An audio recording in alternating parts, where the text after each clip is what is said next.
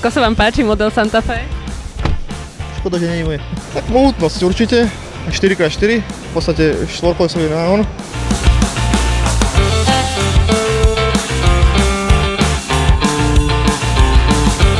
Veľmi sa mi páči, strašne je to veľké. Zadná celá časť mi príde taká strašne americká, to sa mi strašne ľúbi a vnútri aj tá biela koža a takéto. Dosť dobre to je podľa mňa.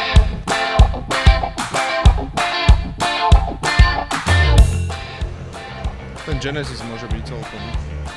Že je veľký a luxusný. Tak ja by som išiel tiež do toho Genesis. Imidžový, veľký, luxusný. Toto skôr pre manželku. Potrebujem také malé auto do práce, aby som rýchlo zaparkovala a nemala problémy.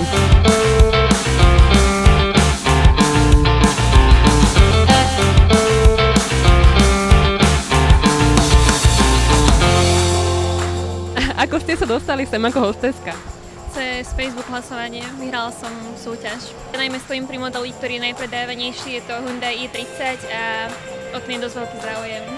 Zaujal ma ten systém, lebo je to LPG. No a to je niečo asi, lebo zabudovaný to má je málo. A toto vidím, že prvýkrát vidím také, že to je priamo od výrobcu. Keď to má taký istý výkon ako benzín, alebo je to porovnateľné, tak v každom prípade je to zaujímavé.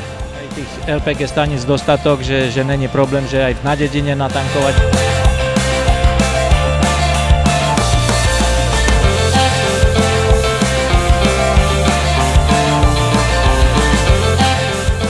Teraz práve čakáme na Santa Fe.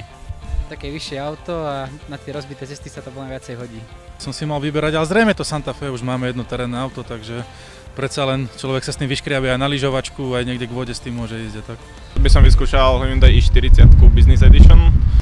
Mám v pláne takéto auto kúpiť, rozmýšľal som buď tú i40, ten sedan, alebo i30. V prvom rade dizajn oslovil, však ako inak, to je asi prvé, čo si človek všimne a potom možno tie všetky možné doplnky, ktoré Hyundai ponúka za veľmi dobrú cenu. V porovnanie, či už to porovnám s ostatnými značkami, čo som pozeral, tak veľkostné auto, cena a výkon a plus doplnky, Hyundai z toho vlastne naozaj pre mňa vyšlo najlepšie.